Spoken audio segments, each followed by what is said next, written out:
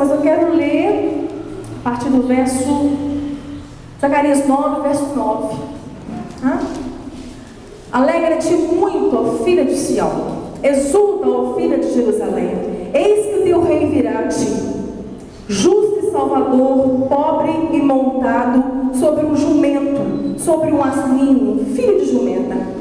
E destruirei os carros de Efraim e os cavalos de Jerusalém, e o arco de guerra será destruído, e ele anunciará paz às nações, e o seu domínio se estenderá de um mar a outro mar, e desde o rio até as extremidades da terra.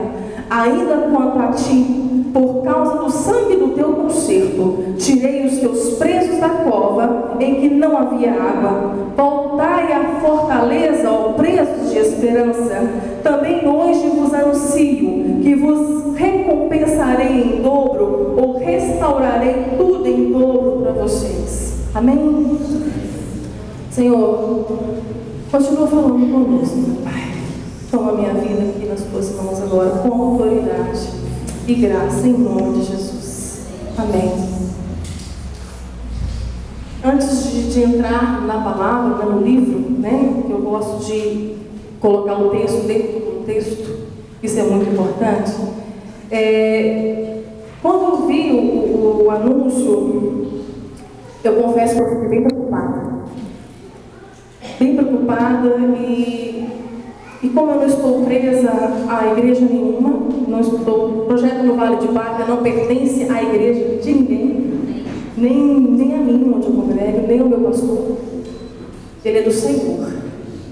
E a partir do momento que Ele me deixa com um câncer deste e me manda pregar aquilo que Ele quiser que eu pregue, e me faz entender que eu estou vivendo por causa disso e desta missão, eu não estou preocupada mais em agradar ninguém. Amém. Eu só quero agradar a Deus. E agradar a Deus significa desagradar a muitos. É tempo de restauração. Nós vamos entender o contexto do que nós lemos. Só que me preocupou muito é isso aqui. Venha entrar na sua família para uma noite de restauração na sua vida financeira, espiritual, familiar, e seja impactado pela palavra de Deus. Poderia só ser isso aqui, Venha entrar na sua família para ser impactado pela palavra do Senhor. A igreja precisa entender isso. Precisa conhecer o Deus que nós servimos.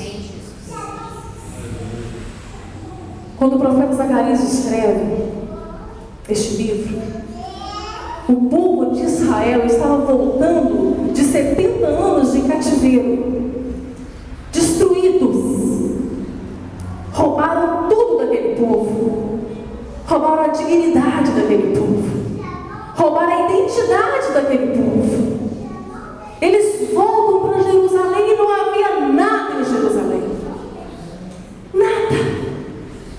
O povo estava desmotivado, sem esperança, perdidos. 70 anos se passaram. 70 anos presos, cativos em Babilônia. Zacarias, como o profeta Ageu, no mesmo momento, no mesmo período. Aqui, como Zacarias escreve, ele vai então incentivar o povo a reconstruir Jerusalém, a reconstruir o templo, para voltarem a adorar a Deus. E com uma promessa, Zacarias então tem visões maravilhosas. Esse livro de Zacarias é profético, ele é escatológico, messiânico, apocalíptico. Profecias desse livro já se cumpriram e outras estão para se cumprir. Neste contexto do texto, há uma profecia: alegra-te muito, filho de Sião, exulta, ó filho de Jerusalém, eis que teu rei virá a ti, justo e salvador, pobre e montado sobre um jumento, sobre um asninho. Estavam então mostrando aquele povo para eles terem esperança, porque a salvação viria deles. Haveria um rei, um salvador sobre Israel.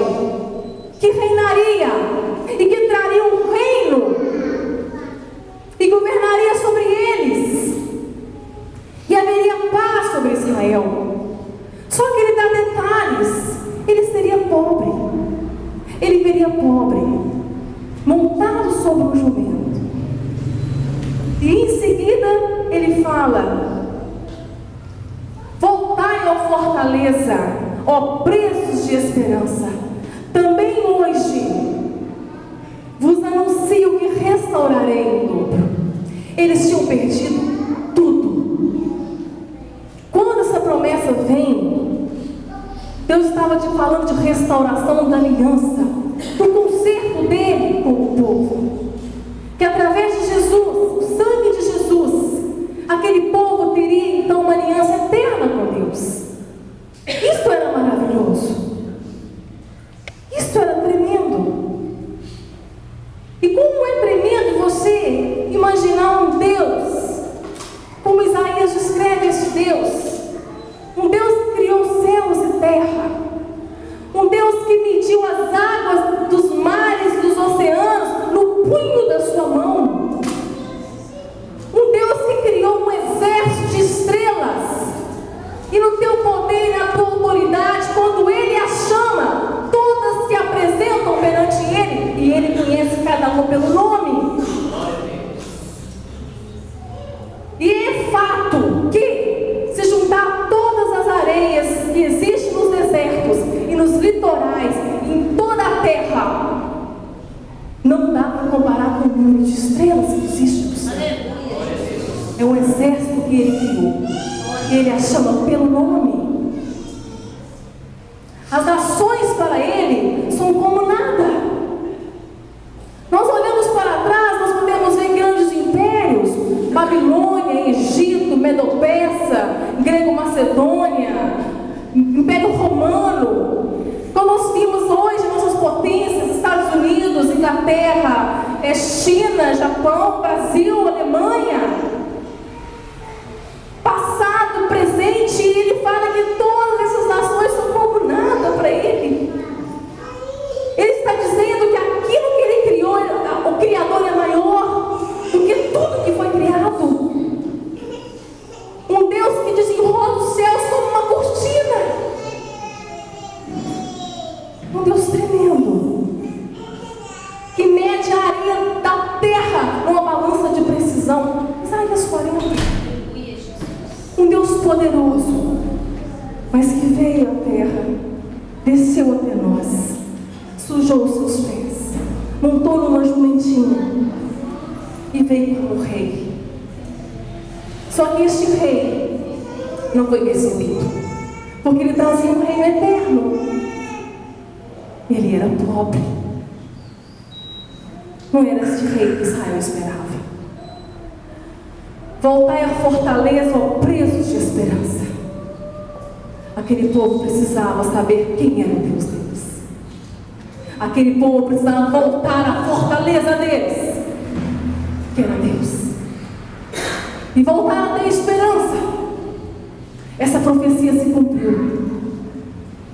Mas antes dela se cumprir, esse povo virou as costas para Deus de novo. Esse povo rejeitou Deus. E novamente eles foram disciplinados. 70 anos depois de Cristo, Jerusalém foi varrida. Foi varrida. Os judeus foram espalhados por toda a terra, porque rejeitaram. E nós fazemos a mesma coisa. Quantos presos de esperança hoje?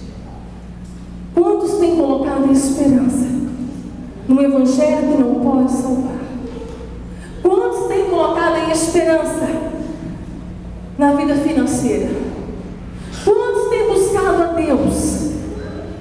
Quantos têm buscado em esperar que Deus venha prosperar, que Deus venha curar, condicionando a sua fé a essas coisas que vão ficar, que vão passar? Coração. A palavra diz que o teu coração não vai estar onde está o teu tesouro. Onde está o teu tesouro? Deus nos ensina que o tesouro tem que estar no céu.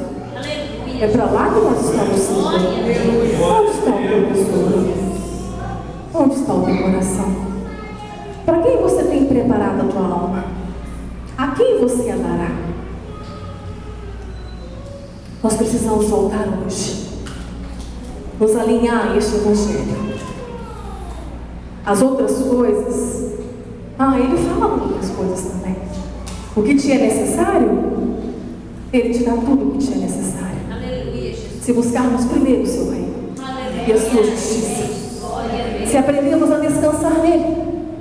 O problema é que, se você só ouve que Deus vai fazer o que você quer, se você só ouve, se você só é estimulado a buscar o que você precisa, você vai criar expectativas desse Deus, e lá na frente, expectativas que são inverdades, e lá na frente você vai se frustrar, porque Ele não vai fazer o que você quer.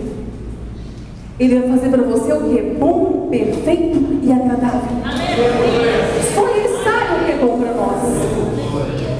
O que eu achava que era bom para mim não era. Não se assustem com o que eu vou dizer, mas o câncer me curou. Ele me curou da Marcela. Ele me curou da religiosidade. Ele me curou da forma que eu via o Evangelho. Aos 10 anos de idade eu fui para Jesus. Só que eu aprendi um Evangelho totalmente distorcido. Eu fazia tantas coisas para Deus e não tinha tempo para Deus. Não havia mais uma pessoa mais ativa, com mais ativismo do que eu na igreja, que fazia tudo que tinha para fazer, eu fazia. Eu gostava de fazer. Eu fazia para Deus? Não. Eu achava que fazia para Deus. Mas eu não tinha tempo para Deus. Não tinha tempo nem de orar. Mas estava lá, fazendo tudo na igreja. Tudo que tinha de funções, de trabalhos, tudo eu estava fazendo. Tudo eu estava envolvida. Mas longe de Deus. Longe de Deus. Antes dele me levar para o vale de barra com câncer, sabe o que ele fez? Ele me tirou da função que eu julgava ser a mais importante. E eu quase morri de tristeza. E naquela semana que eu perdi aquela função, ele me visitou em sonhos. Ele disse para mim assim: eu quero a minha obra em primeiro lugar na sua vida. Mas, gente, eu quase pirei, porque eu coloquei a obra toda em primeiro lugar na minha vida, mas não era a obra dele. E muitos estão fazendo assim. Estão deixando as suas casas, suas famílias, deixando os seus, enfiando a cara na igreja, e não acontece transformação. Não é uma boa esposa, não é um bom esposo, não são bons filhos. Que paradoxo é esse? Que evangelho é esse? Que a família tem que vir antes da igreja. Foi a primeira instituição que Deus criou. Foi a sua família, não foi a igreja. E esses valores precisam estar no lugar dele. Porque se uma família estiver destruída, a igreja é afetada. Família forte, igreja forte. Eu estava perdendo a minha família por causa do ativismo. Só que eu não conseguia ver isso. O câncer me curou disso. Através dessa doença tão terrível, eu deixei Deus trabalhar na minha vida, no meu caráter.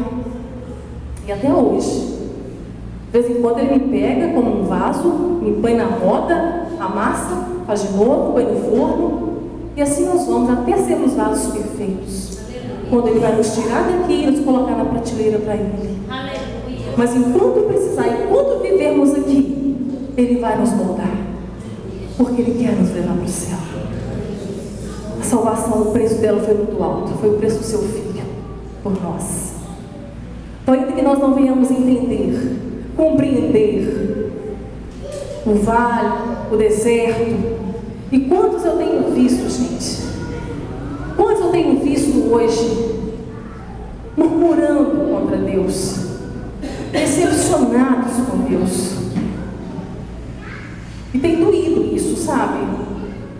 Dói quando eu ouço uma pessoa falar que perdeu a fé, que Deus se esqueceu dela, que Deus não se importa mais com o seu problema, que ela não é mais importante para Deus, que Deus está preocupado com outras coisas. Deus, onde tu estás? Por que estou passando por isso? Deus não quer saber de mim. Eu ouço muito isso. Eu tenho ouvido muito isso. É o pior câncer que existe. Esse câncer é terrível. Esse câncer é terrível. Pessoas com a vida financeira restaurada, pessoas com casa própria, com bom carro, com boas roupas, tentando suicídio, perderam a esperança. Evangélicos, cristãos, perderam a esperança. Como este povo que voltou desmotivado, voltai à fortaleza, presos de esperança. Jesus é a sua esperança. Ah, mas ele não se importa comigo. Este mesmo Deus, tão poderoso, e quando chama as estrelas, todas se apresentam perante Ele, e Ele sabe o nome de cada uma. Este mesmo Deus se importa com você. A palavra dele fala que Ele trabalha. Ele está trabalhando. Ele não cansa. Ele não se fatiga. Ele não dormita. Ele não cansou de você. Ele não esqueceu você. Você é mais importante que a estrela que Ele criou, que as nações que estão para Ele como nada. Você é a obra-prima da criação dele. Você é a coroa da criação dele. Ele não se esqueceu de você. Ele trabalha por aqueles que nele esperam. Em quem vocês têm esperado? Aonde está a sua esperança? Quem é Deus? Que Deus é este? Você conhece o Deus que você serve? Ele é maior do que tudo que existe. Ele é maior do que tudo que foi criado, porque Ele criou. Ele não se esqueceu de você. Mas você tem se esperado, você tem esperado nele? Em quem você tem esperado? Se eu estivesse esperando até hoje Deus me curar, eu estava perdendo tudo isso. Eu estava perdendo a oportunidade de viver isso, de viver a graça, de provar da graça dele, de provar não só da misericórdia, mas da fidelidade dele. Glória a Deus. Ah, se eu estivesse esperando na cura. Às vezes o que nós esperamos se torna para nós uma idolatria. Talvez você está esperando o seu marido converter. Por 4 anos eu esperei meu marido converter. Meu primeiro marido. Eu casei aos 17 anos de idade. Conheci a palavra de Deus, chamado missionário, e casei com um ímpio. Olha que bonitinho. Eu achei que ia levar ele para a igreja. Por isso que eu casei. Sabe o que aconteceu, meninas e rapazes solteiros? Eu saí da igreja. Eu me afastei do Senhor. Foram 4 anos no deserto muito triste, onde eu conheci a infidelidade, onde eu conheci a deslealdade, a mentira conjugal. E foi muito triste, porque eu conheci o Senhor. Eu estava com saudades do Senhor. Não tinha força para voltar. E sabe o que eu fazia? Eu esperava que meu marido fosse salvo. É nele que eu esperava. Eu esperava que ele me fizesse feliz. Olha quantas esperanças. 4 anos se passaram. 3 meses antes dele morrer, 3 meses antes de eu ficar viúva, eu voltei para o Senhor. Esses 3 meses eu provei o que a palavra que é fiel, a palavra verdadeira diz: que a mulher santa santifica o seu esposo, que a mulher separada para Deus santifica o seu marido incrédulo. Como? Só com testemunho, com o Espírito Santo dentro dela, com o fruto do Espírito Santo dentro dessa mulher, o amor, a paz, a mansidão, o domínio próprio, a bondade, a benignidade, a alegria, a fidelidade a Deus.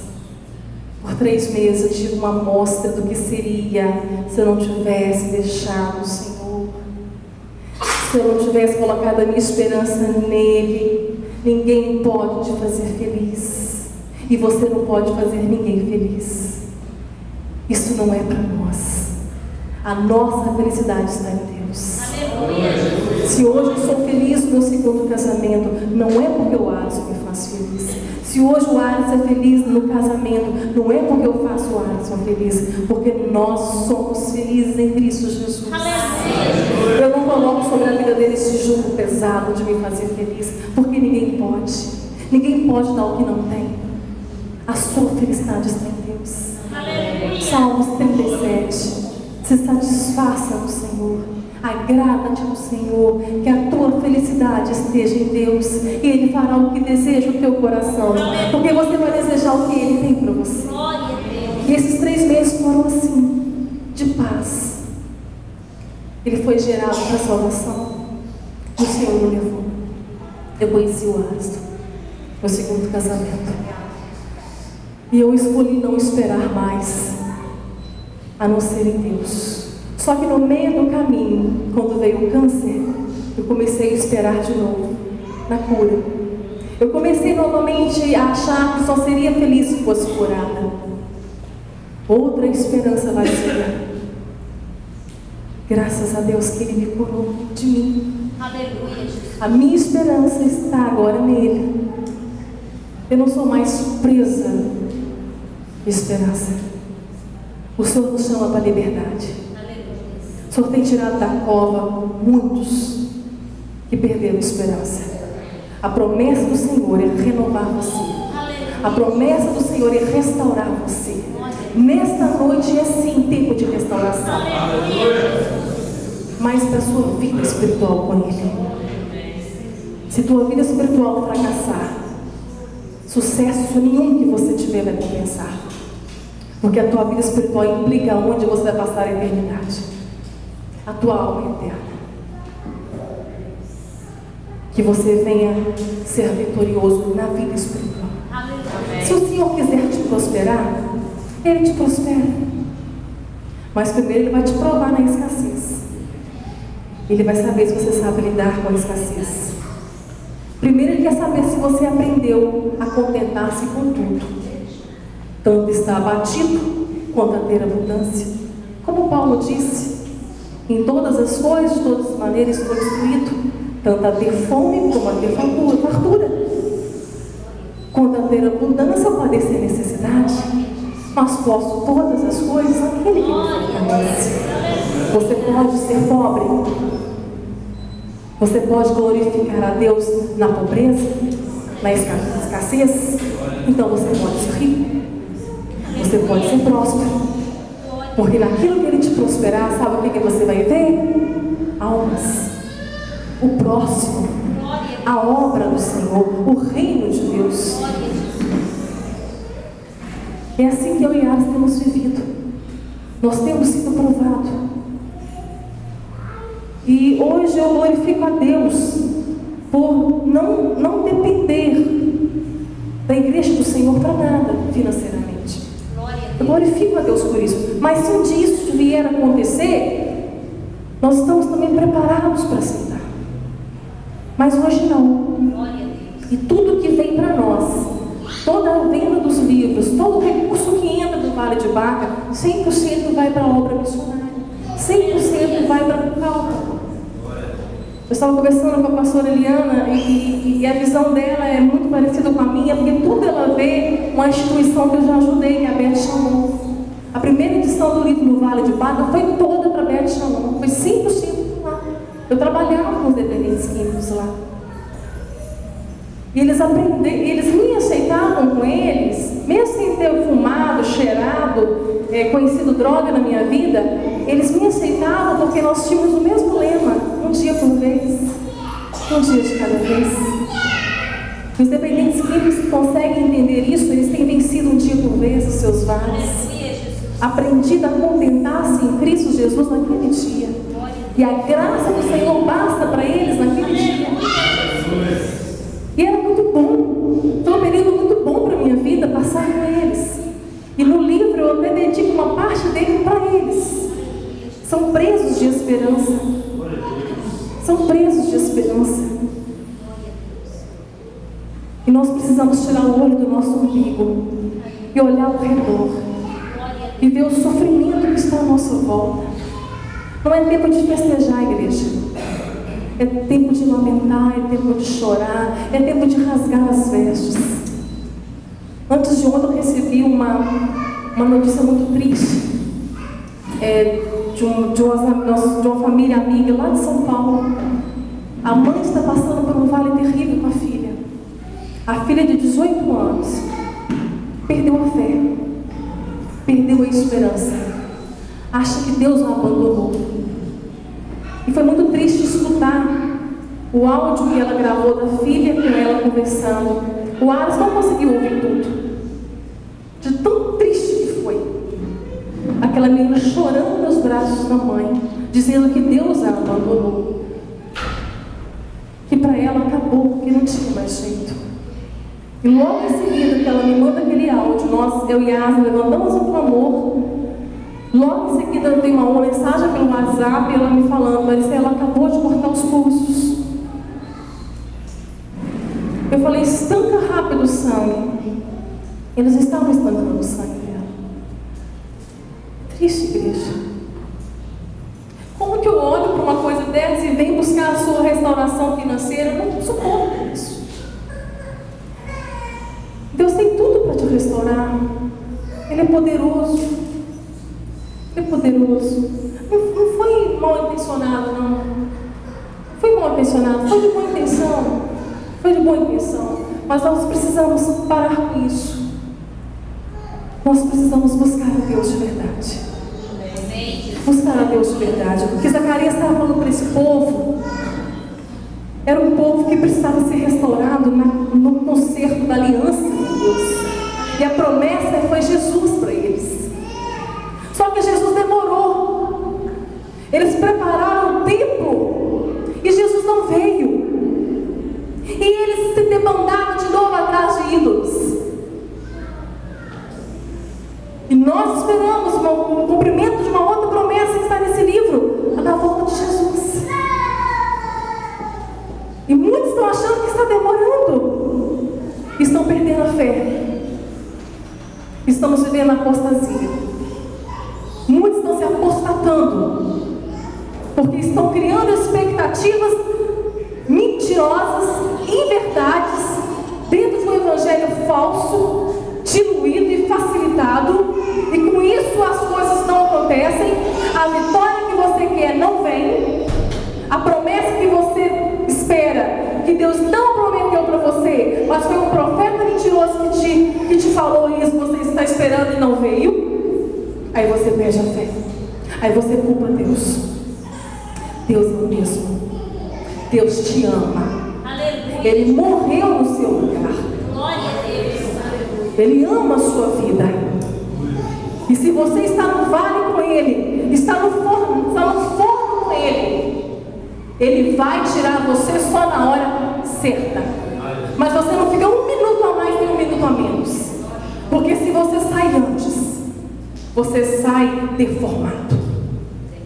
A sua fé precisa ser provada. Se sua fé não for provada, você perde a esperança. Você para de esperar em Deus. E o fim da fé provada é a salvação. Pedro escreveu isso. O fim da fé é a salvação. Você não pode perder a fé. Deus está no controle da tua vida. Ele não te abandonou. Ele não esqueceu você. Mas Ele sabe tratar com você. Ele sabe como fazer com você. Deus tem um propósito para todas as coisas. Tem um tempo para todas as coisas debaixo do céu. Volta para o teu Deus. Voltai à fortaleza, presos de esperança. Que o Senhor vai restaurar todas as coisas na tua vida. Este é o Deus que eu sirvo, este é o Deus que eu conheço. Amém, igreja? Convido vocês a ficarem de pé.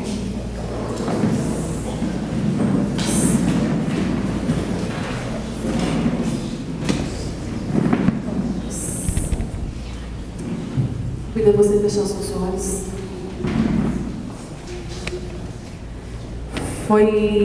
Eu sei que a igreja travou uma batalha para este culto. Uma batalha foi travada para que você estivesse aqui hoje, que eu estivesse também. Até na última hora, o diabo tentou me impedir de estar aqui. E se eu der o microfone aqui para vocês, eu sei que muitos vão dizer que a Maricela, para mim também foi muito difícil estar aqui. Hoje eu tive um dia muito difícil. Não era para mim estar aqui. Eu cheguei aqui sem esperança. Eu cheguei aqui sem sonhos, sem visão de futuro. Eu vim porque eu nem sei porque eu vim, mas eu cheguei aqui. Eu vou te dizer pelo mesmo propósito que eu vim, porque o Senhor te trouxe. Ele é maior do que tudo. O seu Deus é maior do que o seu problema. O seu Deus, Ele é grande. O seu Deus, o meu Deus, Ele é maior do que o meu câncer. Ele é maior do que tudo. Ele criou todas as coisas. Feche os olhos, igreja. Fala com o Senhor. Onde está a tua esperança? Você acha que Ele te esqueceu? Ele não te esqueceu. Você acha que Ele te abandonou? Ele não te abandonou. Quem deu conhecimento a Deus? Quem instruiu a mente do nosso Deus? Ninguém. Ele é o dono da sabedoria. Ele é o dono do conhecimento. Ele é o Deus dono da ciência e dono de todas as coisas. Ele esquadrinha o teu coração, os teus pensamentos agora. Ele conhece você. Ele sabe quem você é. Ele sabe de que você precisa nesta hora. Mas Ele te trouxe aqui para restaurar a sua vida com Ele. Para restaurar a sua comunhão com Ele. Para restaurar o seu relacionamento com Ele. Ele sabe como você chegou aqui. Pai, Ele está aqui na tua igreja, Senhor. Como o Senhor viu, como foi visto no mundo espiritual hoje, os teus anjos também contemplaram. Vidas chegaram aqui presas, Senhor. Chegaram dessa forma. Por isso que eu sei, Pai, que foi o Senhor que direcionou este tema, essa palavra. E o Senhor, Pai, assentou no meu coração como o Senhor queria que a tua igreja ouvisse essa palavra. Então, Pai, eu louvo o Senhor, porque esses presos de esperança estão libertos do Senhor. Vão sair daqui sem essas amarras. Vão sair daqui libertos para te servir, Senhor. Que a partir de hoje eles possam caminhar, Pai, com o Senhor. Que eles possam caminhar de mãos dadas com o Senhor. E sabemos que quando o Senhor pega nas nossas mãos, o Senhor não solta, porque Tu és um Deus fiel. Pai, em nome de Jesus, essas pessoas que chegaram assim, arrebentadas, Pai, venha restaurar agora, Pai, todas as coisas na vida dessa pessoa, Pai. Em nome de Jesus, ó Pai, restaura a alegria, restaura, Pai, a esperança, Senhor, restaura o relacionamento com o Senhor, Pai. Pai, vidas que estavam aqui, ó Deus, longe do Senhor, afastadas dos Teus caminhos e se renderam ao Senhor agora, ó Deus, em nome de Jesus, fortaleça essas vidas, para que elas não venham olhar para trás, ó Deus, e amarre os demônios, ó Pai, que estão dominando esta vida, para que não consigam voltar para o Senhor, mas que hoje, ó Pai, voltaram, em nome de Jesus. Coloque a armadura em cada uma delas, para que elas possam guerrear neste mundo espiritual, neste mundo tenebroso, e saber e conhecer de perto o Deus que o Senhor é. Nós temos um Deus grande, nós temos um Deus poderoso, que luta as nossas batalhas, que peleja as nossas guerras, e já nos deu a vitória na cruz, e nós somos mais que vencedores. Pai, eu coloco a tua igreja nas tuas mãos, Pai. Faça dela o que o Senhor quiser, Pai, é tua noiva. Mas que nenhuma semente que caiu em boa terra venha a ser roubada. Em nome de Jesus, nós entregamos este culto ao Senhor, agora em nome de Jesus. Amém.